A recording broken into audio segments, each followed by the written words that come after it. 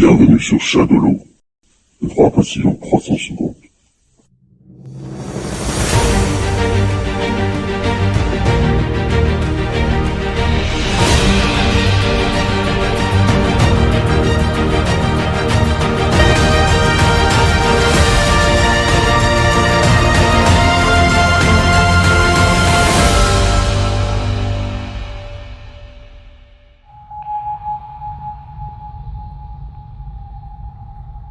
Salut la famille et bienvenue sur Shadowlo, le droit facile en 300 secondes. Aujourd'hui, je vais vous parler d'un des arrêts les plus célèbres en contentieux administratif camerounais.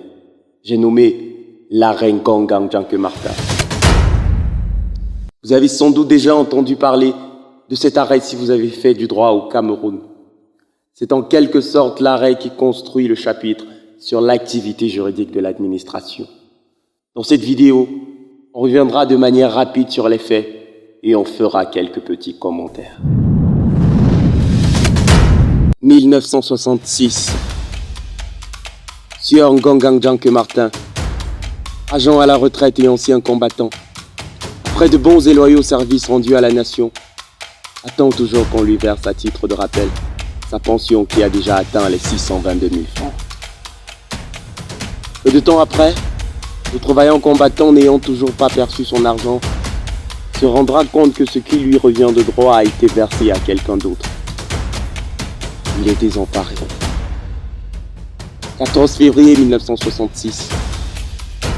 Il décide de saisir la chambre administrative de la Cour fédérale de justice pour que cette dernière condamne l'État du Cameroun à lui verser la somme équivalente à son manque à gagner.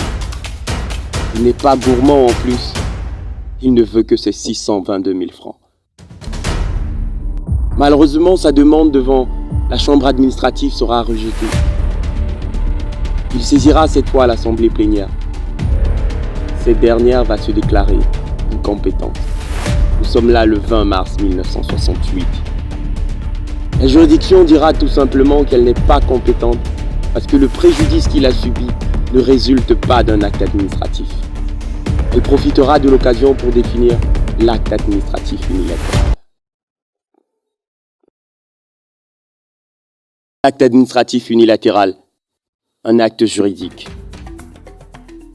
L'acte juridique est une manifestation de volonté destinée à produire des effets de droit. Le contrat est un acte juridique. L'acte administratif unilatéral, un acte unilatéral. L'acte unilatéral est un acte pris par une ou plusieurs personnes destiné à régir la situation d'une ou plusieurs personnes qui n'en sont pas juridiquement les auteurs.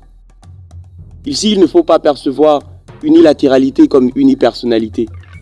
L'acte peut être pris par une seule personne comme par plusieurs personnes. Je prendrai le cas d'un conseil municipal ou régional composé de plusieurs conseillers mais qui prend tout de même des actes unilatéraux.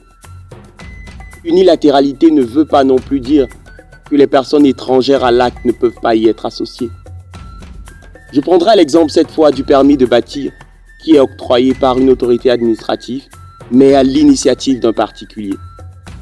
Ce qui est donc important dans le concept d'unilatéralité, c'est la situation du destinataire. Car, parfois associé ou étranger à l'acte, il n'en est jamais juridiquement l'auteur.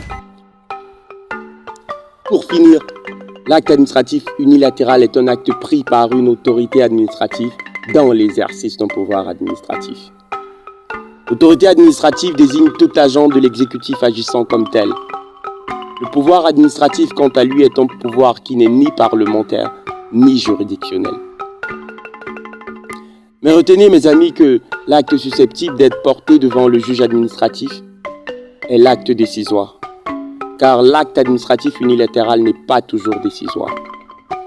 Et puis, on pourrait se demander si en l'état actuel de notre droit, la cause du fameux Ngongang Janke Martin n'aurait-elle pas pu être entendue par une juridiction administrative? Ne vous inquiétez pas, ceci fera l'objet de notre prochaine vidéo.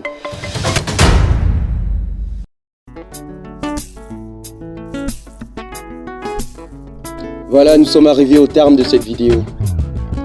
Bien, faites-le nous savoir si jamais il y a quelque chose que vous avez mal compris ou pas compris du tout. Faites-le soit en commentaire, soit en appelant au numéro qui s'affiche. Vous pouvez aussi nous suggérer des sujets qui vous tiennent à cœur, nous les développerons ici. Mais n'oubliez surtout pas de vous abonner et de cliquer sur la cloche de notification.